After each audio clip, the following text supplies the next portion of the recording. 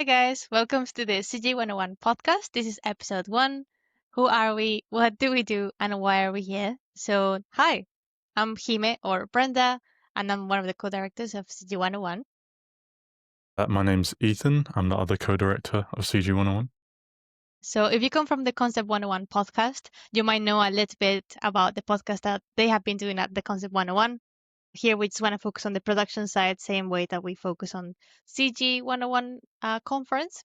So, it's going to be super lighthearted, a podcast about, our experiences, people's experiences. We're going to bring some guests and, they're going to tell us about their tips and tricks, their adventures and their stories on the CG world. Why did we start the podcast? Ethan, do you want to tell us why did we get started?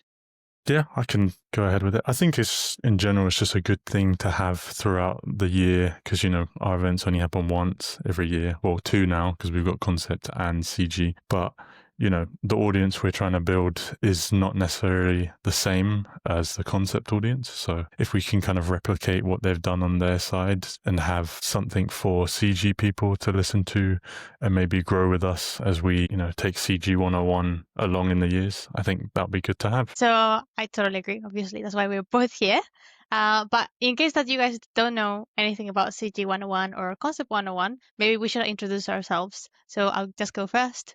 So I'm Brenda Ximena Roldan, or Xime for people that knows me as Xime. And I'm a 3D animator. That's my day-to-day job. I studied in Bournemouth University and I graduated in 2020.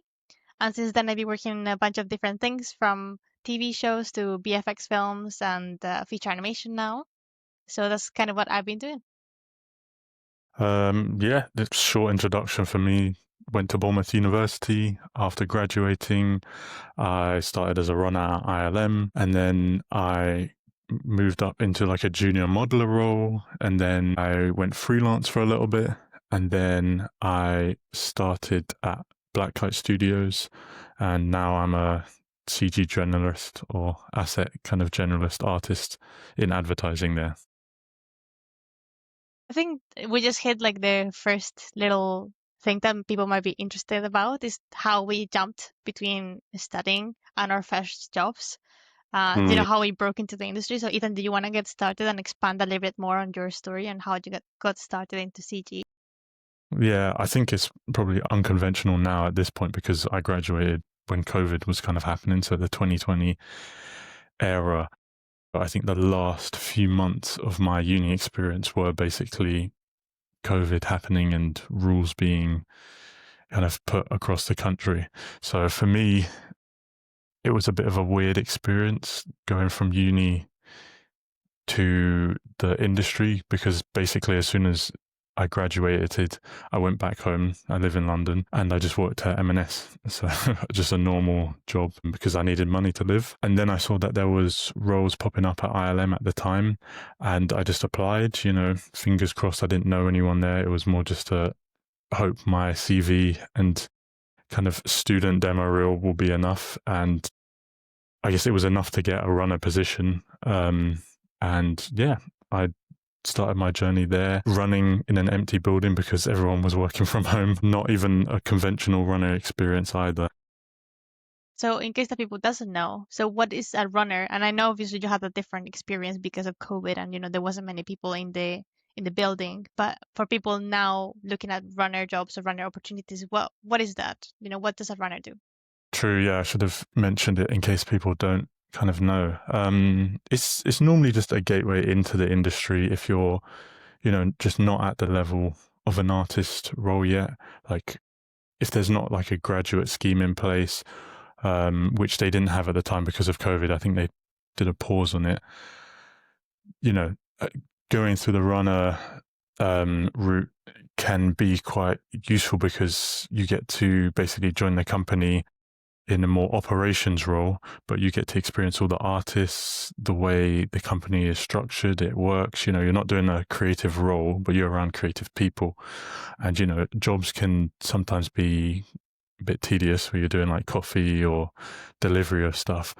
But I think if you've got the mind to be in VFX, you can definitely utilize the role with, making sure you speak to people, making sure, you find where you can fit into their pipeline and letting them know where you can fit in, because if you do that, then eventually you'll be able to work your way onto, a project where there's a film, depending on what company you're at, where there's a film or advertising or games, making yourself known by being in the company gives you that bit advantage compared to someone that's not in the company. So yeah, it's a pretty straightforward role, but that's my general summary. Is there like an opportunity for runners to then start touching more of the CG parts, or is it more like once X amount of time passes, then you develop into like a junior role? Yeah, I think it's kind of a mixture of up to you and up to the department you want to go into, honestly. Like for me, it was modeling. So I kind of knew as soon as I got out of uni, in like the later parts of uni. So for the final year, I think I decided I actually wanted to go into modeling. So when I joined ILM as a runner, I kind of went straight to it, reaching out to modelers and figuring out, what I needed to do to reach the level junior to be put on a project, basically. And, being around, great artists, especially somewhere like ILM, you get to see the difference in what your work is and what it needs to be. So yeah, so definitely it's good for really boosting your work if you've got the the passion for it, I think, and you're not at the level creatively. Running is definitely a considerable option.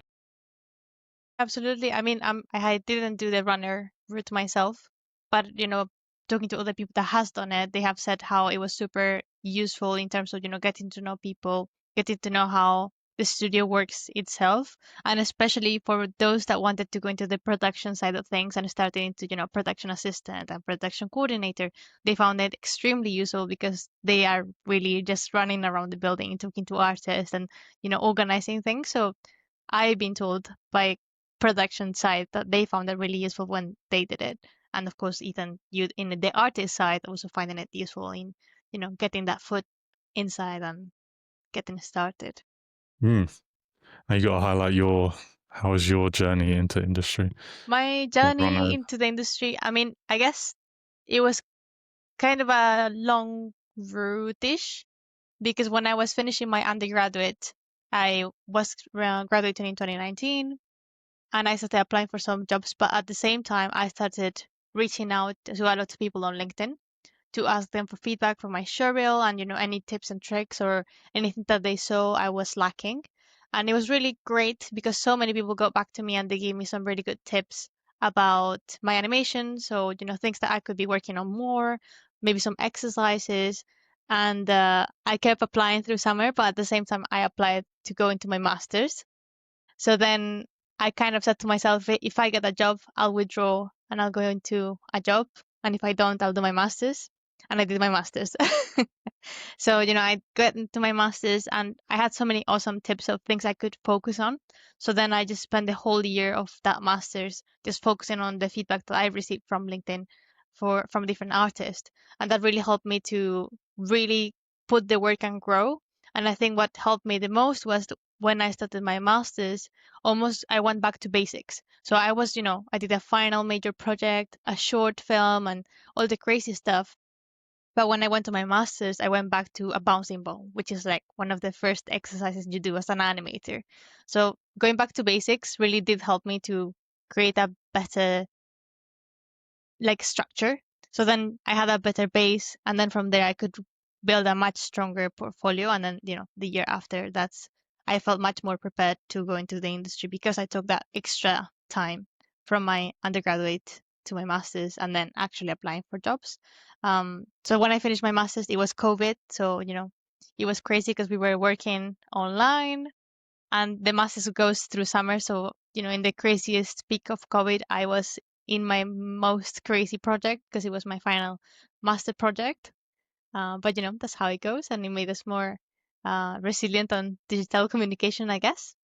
And then after that, I just applied on websites to a bunch of places, to a bunch of jobs. And my first job was with Blue Zoo. So I went into preschool TV and I just applied through the website. I sent my showreel and stuff a few months before graduating and I didn't hear anything back. But when I was finishing my master's, I kept working a little a little bit on my showreel. Even a few weeks after finishing my master's, I kept working on my portfolio. And when I went to update my application, it says that it was still in progress. So I just emailed careers for Bluezoo, and I was like, hey guys, like I sent my application, but I can't update it because I have a new showreel. So can you update it? So they said yes. They updated my application for me because I couldn't do it from the website. And a couple of days later, I got an email to go into an interview. And then I got my first job as an animator. So I don't know if it was because I reached out to careers that they saw it, or it was my new showreel that was more interesting. But yeah, after trying a few times, I got to Bluezoo after my master's, and yeah, it was a really lovely experience. And I think getting started on TV made me more efficient as an animator. So yes, it was really nice. I think actually looking back at it, after I finished uni, I did not do any of the LinkedIn messaging. I don't even think I properly set up my LinkedIn until I think I actually joined ILM, like maybe a bit after, once I was in. I did not realize the importance of it at the time. I think now it's probably like oversaturated in how much people recommend using LinkedIn. Like I'm sure every student now has already heard, make a LinkedIn, make sure you promote your work. But I don't think I actually really heard it that much, pre-2020 advice-wise from people. It was more something I started to do later on because I just wanted to show personal work. As much as I would recommend it to people now, I know they've probably already heard it because everyone says, use LinkedIn, reach out to people, message people, But yeah, I was not on it like that.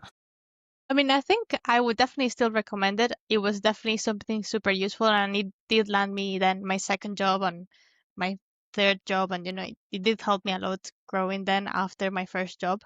Um, but I would also say that I probably don't use your LinkedIn expecting something, right? Like just because you message someone and just because you message a recruiter doesn't mean something could happen. I also think that it's a tool to, get feedback, to grow in your artistry. So if you're asking for feedback on your portfolio, or if you're asking for an opinion or about a demo reel on what should you include and stuff like that, I think that's really useful, especially when you ask the artist directly about, feedback, or if you can have a look at my portfolio. And then just be nice, because there's people that gets thousands of messages. So if you're just nice and you are asking nicely, like, hey, I'm this person, I've seen your work, I would really love if you get some time to look at X, Y, and Z, if you could. And then, people makes the time if they do have it. But if they don't reply, or if they don't have the time, or they forget, people is also busy, and this is just something that they would do in their free time. So don't take it too hard, because probably, Yeah, don't take it personally. yeah. It's I think you'll realize, to anyone that is maybe getting ghosted in messages on LinkedIn, when you become an artist and people start flooding your LinkedIn DMs, you're not going to be able to respond to everyone. So it's not they don't like you, it's more just they're probably busy. So I think also definitely tread carefully how you word DMs to people on LinkedIn, like being friendly and also concise is important, because if you just write a huge paragraph, it's probably just going to put someone off from responding. Whereas if you just say, hey, big fan of your work, or hey, could you give some feedback, because I'm trying to be an artist like you, whether it's like an animator, modeler, texture, whatever, and just keep it short and sweet. So yeah, don't be weird in the DMs of LinkedIn. Yeah. That's all. And maybe like don't copy paste your message as well. Because if you just craft them, I have done that where I have made, a message, generic message, like, hey, I'm Ximena, I'm an animator, here's my reel. I love the work at X studio and blah blah blah, right? And then I go and I copy paste it, and at some point I'm not even reading what I'm saying, and I have sent it to the wrong person.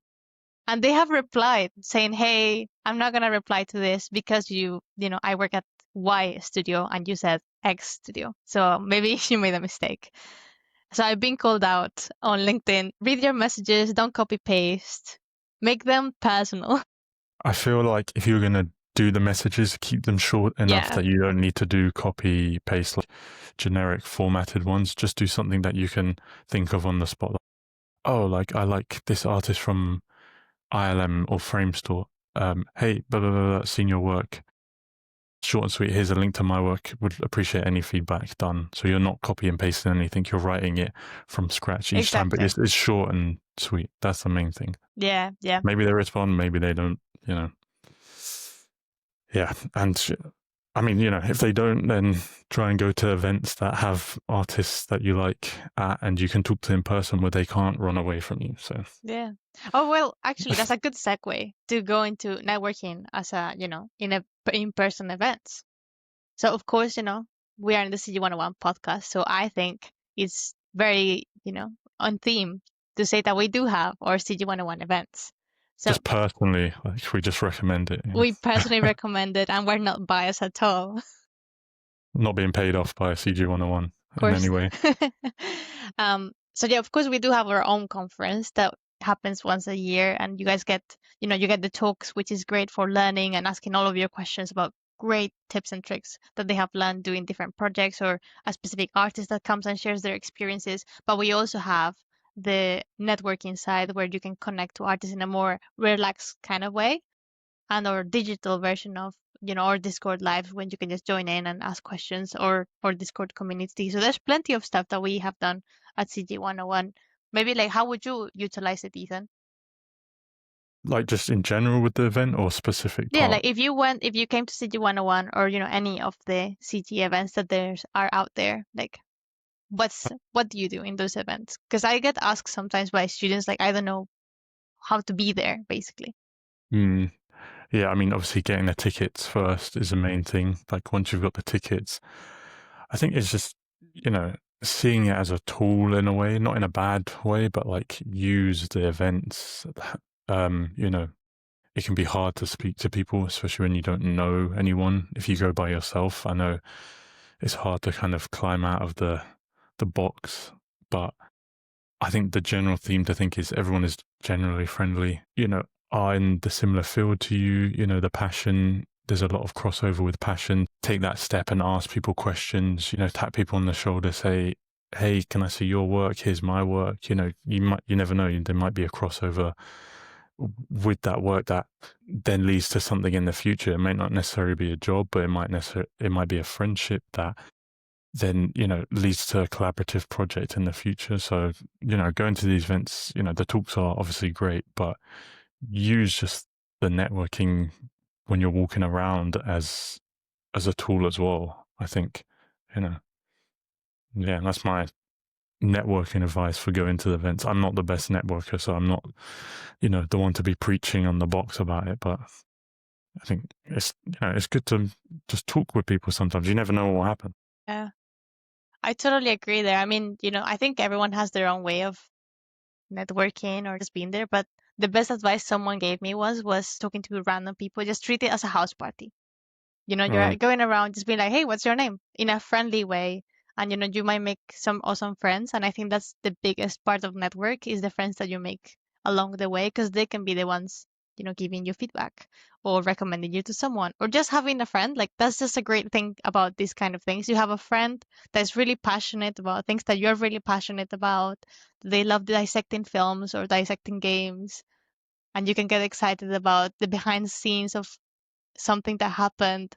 So I think that's is nice because we have a lot of things in common, all of the people in the industry or people that want to get into the industry. So I think that's the first thing that I like the most is the people.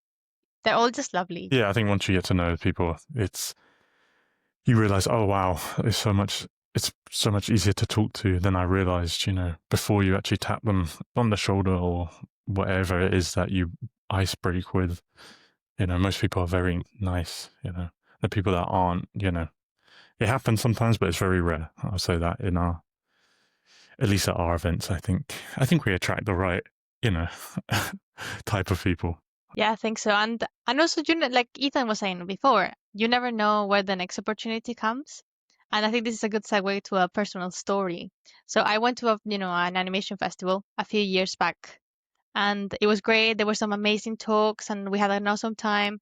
And then you go to the pub or to the networking event or place where everyone is. And then I met these really nice people that they were working at Axis Studios at the time. and we became friends. We were just talking about random things, food. We bonded over different kinds of food that we wanted to try, and it was really lovely. And after 3 days of the conference, they told me that they were looking for animators, and I was like, "Hey, I'm an animator," and we've been friends for 3 days because we started going to talks and stuff, and having lunch and together and things like that. So then they were like, "Oh my gosh, yes, show us your stuff." I showed them my stuff. And then they were like, yeah, let's schedule an actual interview with the head of anim. So then we did that. We scheduled the call the next Mondays after the conference. And a few days later, I got my contract to go to Axis. And it was just a fun coincidence that we were just, we just became friends at the networking part of that conference. And yeah, after a few days, then they told me, oh, it's because we're here because we're looking for animators. And I just happened to be an animator and they happened to like my work. So it was all just, right place, right time. But then after that, then you just have friends now that are just fun to chat with. I think from my side, I'm trying to think of what networking got me a job. I guess for where I currently am, Black Kite, the reason I even got in contact with them was because I worked with one of their directors like 16 years ago. So when I was like a kid, and I think he was starting his directing journey with films and stuff, and we did like a really I'll say really basic animation, like clay stop motion animation. And, it's cringy to look back on, but now later down the line, reached out to him via email, and then here I am as a generalist at Black Kite. So sometimes the ILM story was me just applying online, but then the Black Kite story was someone I'd met over a decade ago. Yeah. That's You really never cool, know. actually. I didn't know that. Yeah. Yeah, it's weird connection. But, that's why you just try and talk to people, because you never know what can happen. Even if nothing comes of it, fine. But it's the fact that something can come of it potentially. So Yeah, and I think this is a good segue to then, now that you're mentioning your current workplace, I think it's a good moment to then touch into, so what do you do? Like, what does your day-to-day look like for people that are like, hey, maybe I would like to be a journalist, but I don't actually know what that means. I guess for me, like I am, as a title, I think on my contract it is generalist, but I'm more of an asset artist, so I actually do modeling, texturing, and look dev. And because it's advertising, that covers hard surface and organic. It's not super specialized. It's quite broad. So a lot of my days are literally just modeling stuff, whether it's from scratch or whether it's from like a scan that's been shot on set, texturing it, using the scan textures or building it from scratch, and then look deving it. And I use programs like Houdini, Maya, ZBrush, Substance Painter, Nuke sometimes. And then you have your occasional random programs like Reality Capture to process scans or, other little bits in the pipeline. But yeah, that's my day to day. The projects range, because it's advertising, it changes very quickly. There's, you're not on a project for too long, and they're each vastly different. Although I have done a lot of food for some reason, but modeling, but yeah. So Yes. that's my day to day. And do you get like dailies or monthlies, or like how is the feedback for you in advertising? Because obviously you have such a quick turnaround. Yeah, we kind of have daily sometimes. It's very different from when I was at ILM, where you have dailies that are proper. You submit your work at the end of the day, previous end of the day, and then the next morning you're going through the stuff. This needs to be fixed. You need to adjust this on the displacement map or the model or the texture. Whereas when I'm at Black Kite, it's like, you submit your work and everything, and the feedback kind of is delivered through the producers, just most of the time via channels or in person, like Teams channels or in person.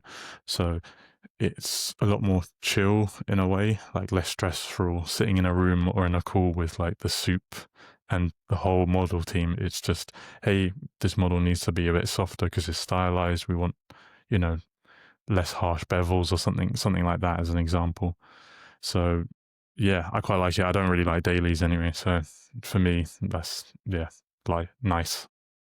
What's it like for you? Because it's obviously very different.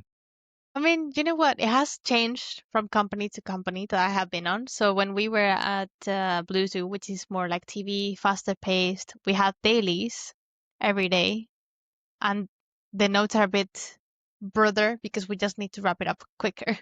Mm.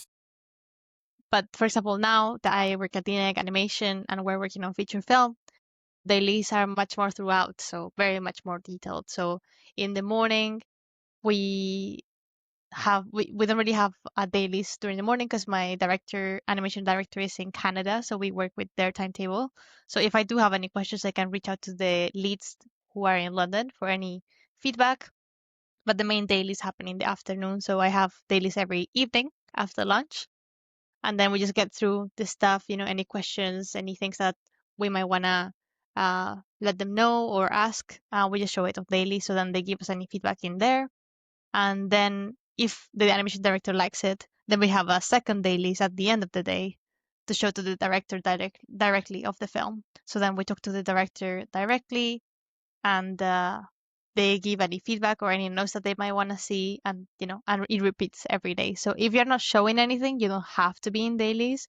It's nice because sometimes they give maybe generic notes saying, I don't know, this character can't do this, or we love when this character does that, and then you can kind of just copy that.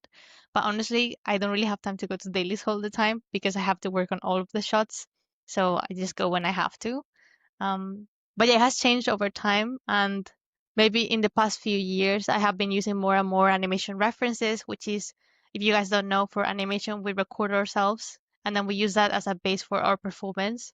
So a few years back when I was at Axis, the animation director really likes animation references. And I used to be really shy about it because I don't like looking silly on camera, especially when it's recorded and everyone gets to see it. So then we would go to dailies and we would be showing our references, a bunch of different versions of the reference, and everyone will see it. And then the animation director will analyze it and zoom in and be like, "Hey, you see this thing that you do with your eyebrow? That's great." Um, Could never do that. That's why I'm not an animator. I mean, at the beginning I was very shy about it, and now I really love doing it. And if you have guys ever look at my social media, it's now full of my references for everyone to see. Because it's fun. But yeah, a few years back, I didn't think it was this much fun, but now I enjoy it. So yeah, I kind of lost the shyness on showing because everyone does it. It's part of the job. But yeah, that's basically my day to day. Just working on my anim. If I have to record references and yeah, showing to dailies. I think we actually were keeping record of longest dailies at work. I can't remember what the longest one was. I think it was like a few hours or something, which is ridiculous for advertising. I don't like when dailies go on for a long time and I don't need to be in it, but I also can't really leave because I'm not really good at working while dailies is in the background. I'd rather just turn off dailies and work. Sometimes I think probably more in film than in advertising, you have to be in the dailies because you need to be updated with, everyone else's work, especially if you're like obviously senior or above roles, you need to know what's going on. So, yeah. Yeah, I mean, I think for me, the longest dailies, but this is gonna sound insane. I think it was 8 hours of dailies. Ugh. I mean, to be fair, it was during crunch. So if you guys don't know, crunch is when we're about to deliver a project, and sometimes that means that we have to do overtime, which is, by the way, it's not mandatory, and you shouldn't feel that you have to stay to overtime. Disclosure. Disclaimer. So yeah, if you want to stay, there are some places that pay for overtime. If you don't want to stay, you don't have to do the overtime. So, disclaimer. But yeah, basically we were on crunch and we would just start dailies and everyone would be working while dailies was happening. And then as soon as you had an update, you would just join the Zoom call and like raise your hand with that little raise hand thing. So then the animation director could just go in order of people raising hands constantly, non-stop. I mean, it was crazy for him because he was in dailies forever giving feedback. I mean, it was a crazy time. We didn't do it many times. I don't like when you can see the whole list. That makes it worse when it's scrolling through, so you can see how long or how many different things there are. Like you're just waiting for your thing to come up. I mean, not Like well. going to another. In that case, yes, you knew how many people were left. So you would just had to keep working on the side. And then when you were done, you would leave, work, update, come back, show, work, update, come back. So it was a bit of a crazy time. But yeah, that only happened once in my life, in my 5 years of working in the industry.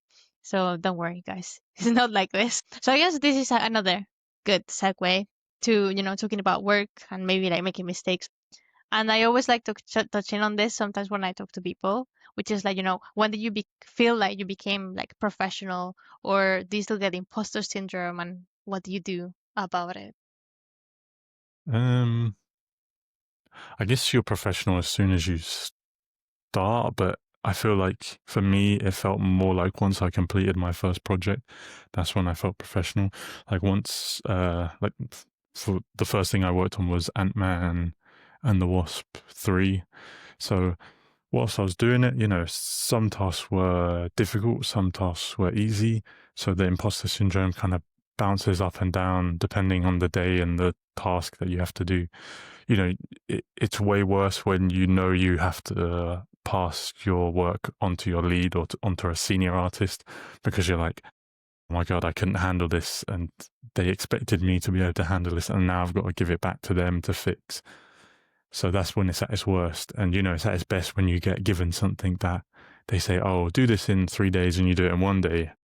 But then sometimes you get the thing of, oh, have I done something wrong because I've done it so quick? So it's, yeah, it varies. Now I don't really get it as much because I'm, more comfortable with the stuff I do. I'm sure I can still get it with, future projects, but I've definitely settled in and understand how to balance the kind of stress with my work. So yeah, because at the start, it's at the peak because you want to impress people. You want to show, yes, I am a good artist.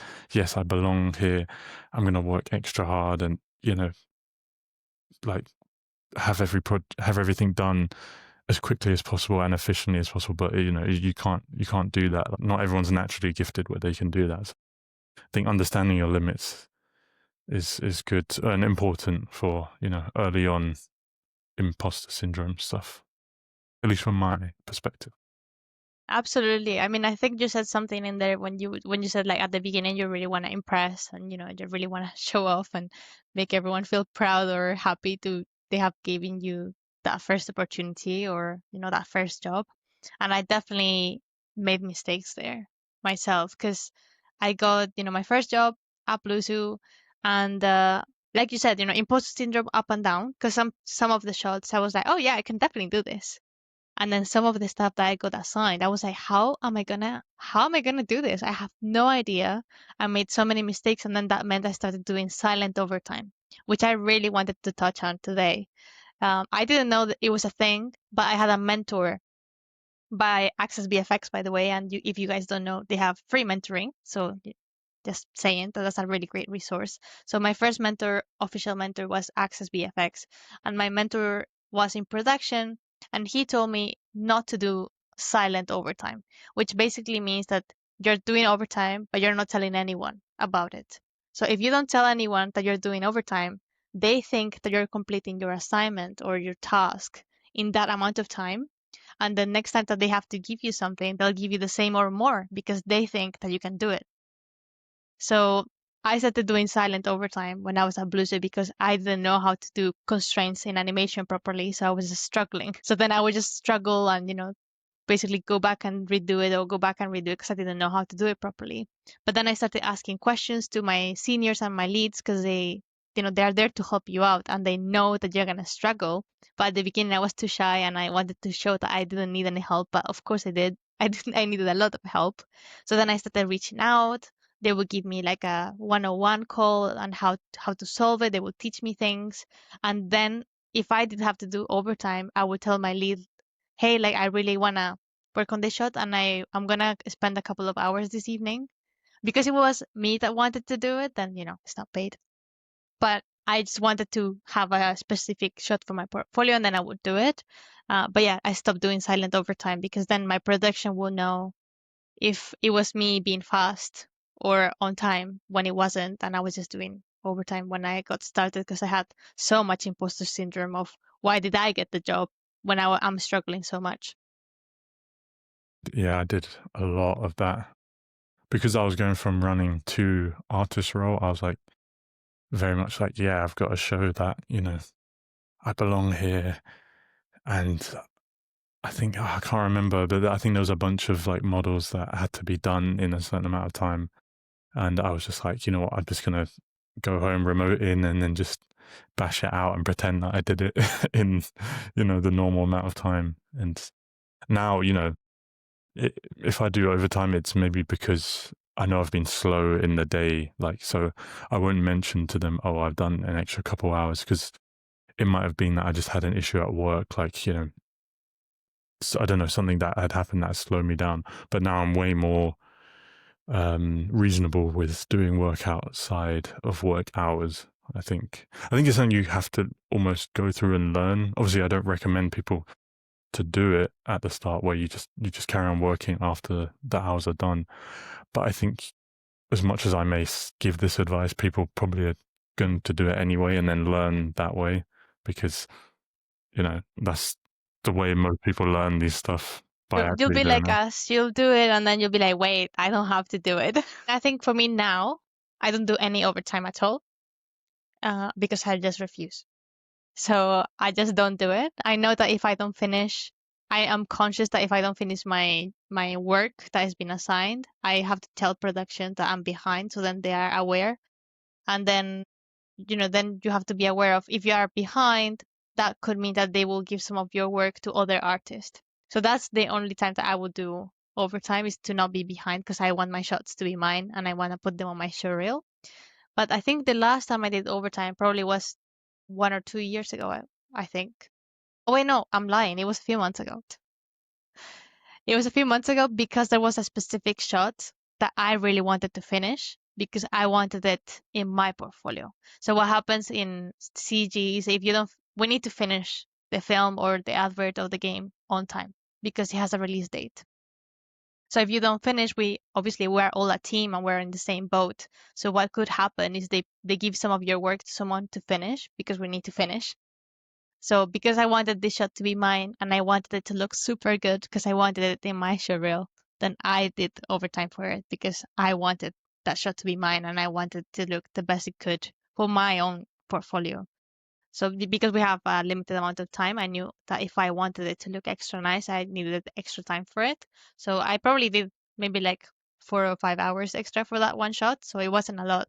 But yeah, it was only because I wanted to do it.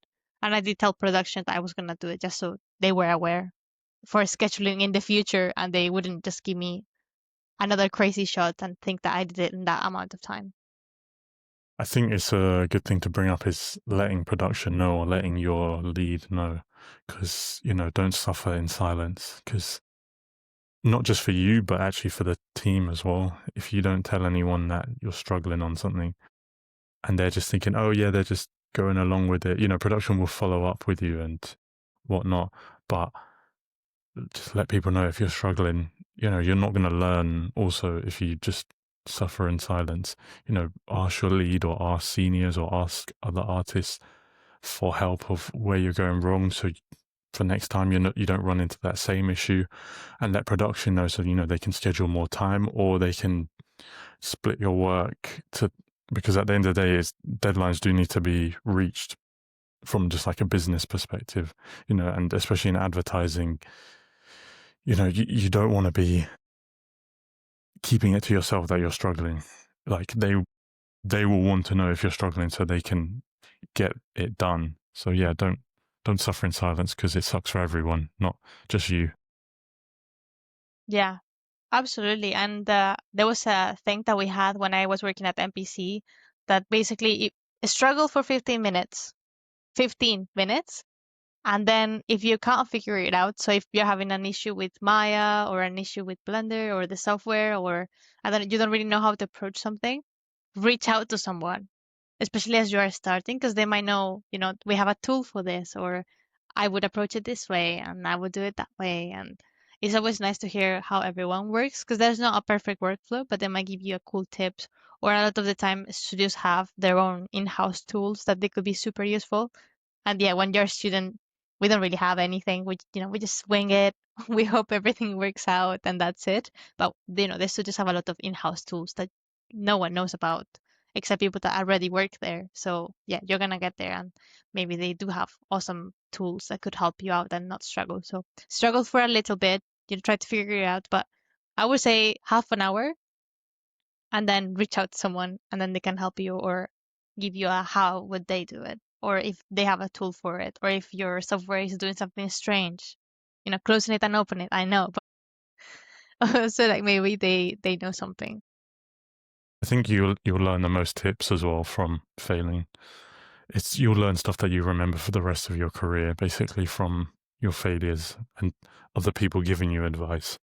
Just like even, the most minuscule things like, using a certain shortcut on Maya or the right node to use in Houdini. Like, I think embrace those mistakes, because what you can learn from it, you'll realize after, month, 2 months, 3 months, year, all of that stuff you've picked up from every time you've had a question. You're like, oh, yeah, I picked that up from speaking to that artist about this problem. And then you probably will pass it on to, the next generation artist when you become that role. So obviously things do change and updates happen with programs, but like, yeah, people are going to be willing to help you out. Most people don't hold on to their secrets when you're working in these kind of industries, because people want to see the stuff done and complete. It's most of the time not a gatekeeping situation, I think, when it comes to asking for help. I have to say, the way that you phrased that was very motivational, and it takes me to the next part really smoothly. And saying, how do you keep motivated, Ethan? Like, what is it? Because of course, as an artist, you have up days, you have lower days where maybe you're not as creative. What is it that keeps you passionate and motivated?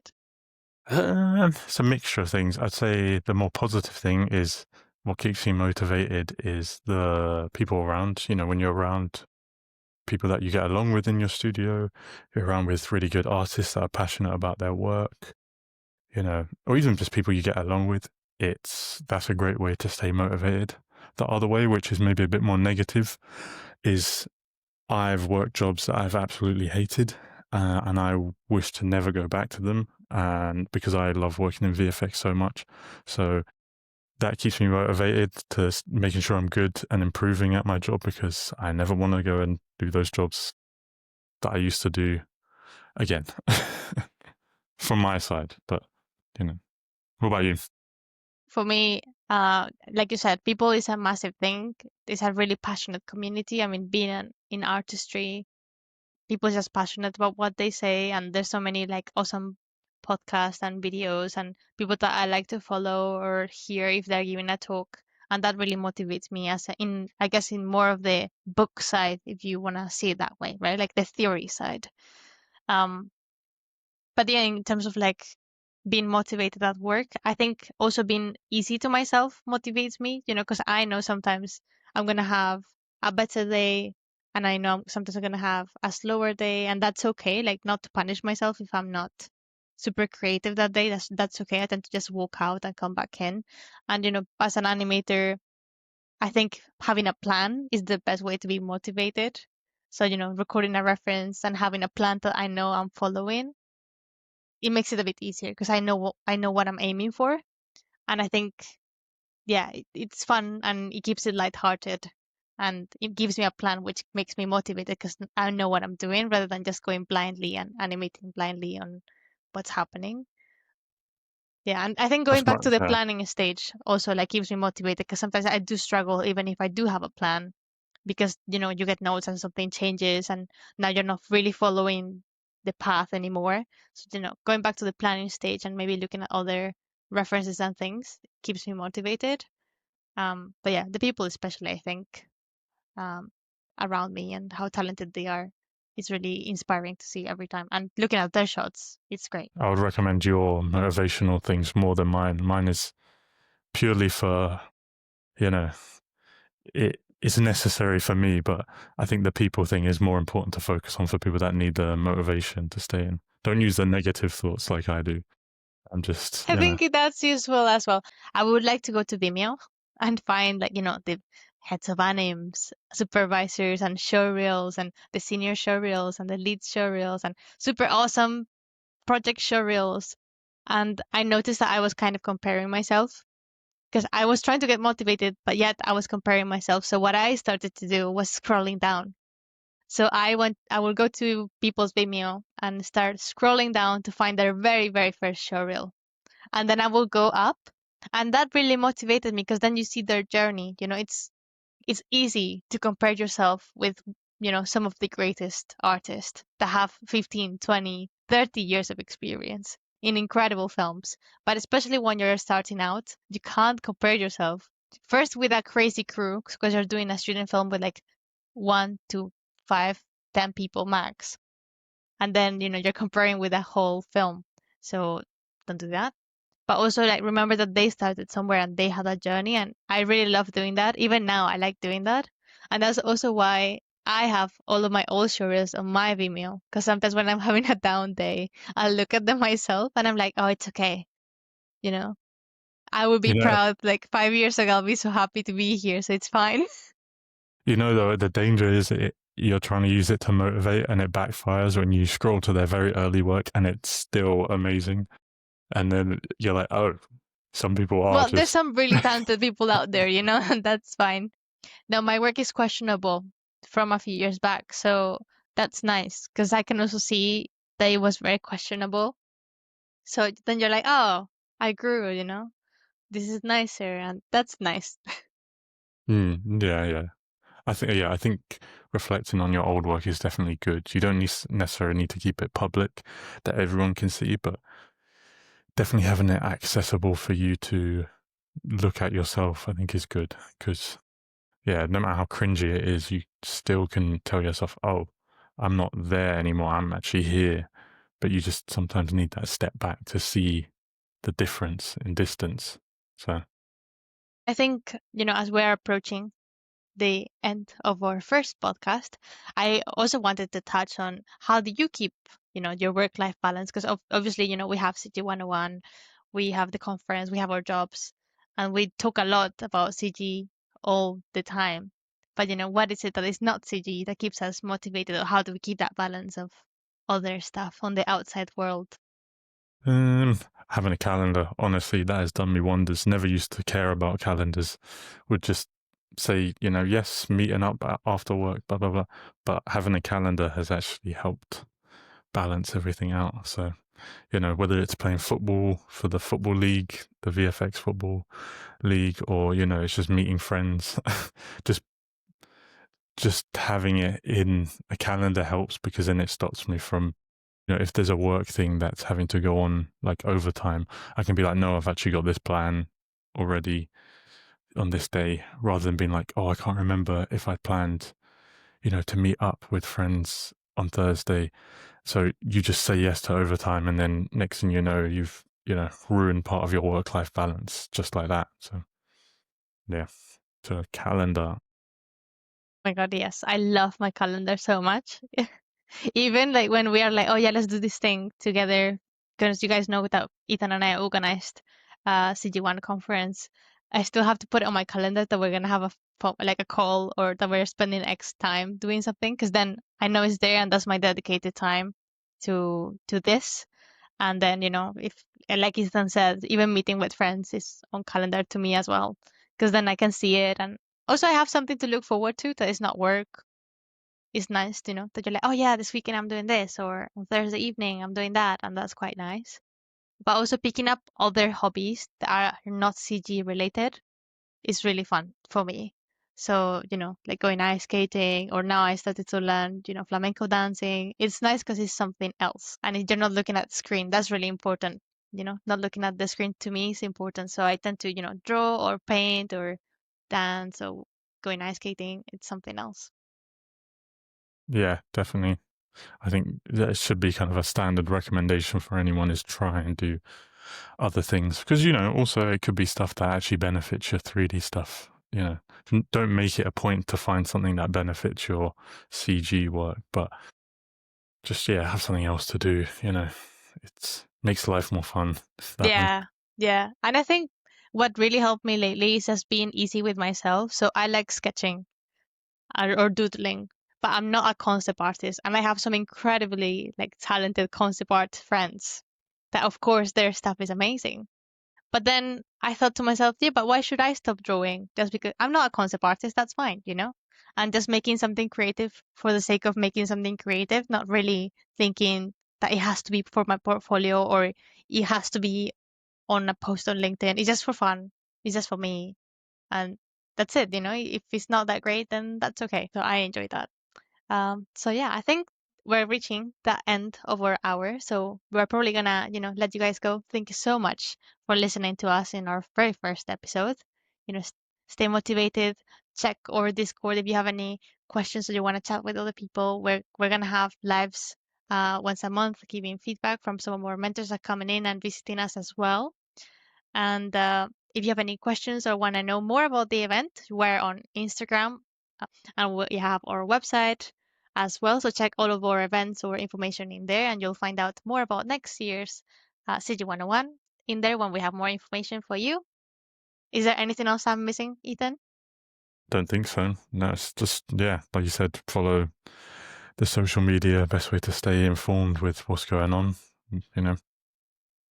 Yeah, we're gonna have some good guests coming up on the podcast. So Yeah, we're really excited for you guys to listen to them. And if you have any questions that you might be wondering or you want to touch us in anything, do let us know on Discord so then we can bring them to the podcast. And it's for you guys to get your questions answered from us or from our incredible guests that we're gonna be having. So keep an eye out. Well, that's it. Thank you guys for watching or listening, of course. Bye.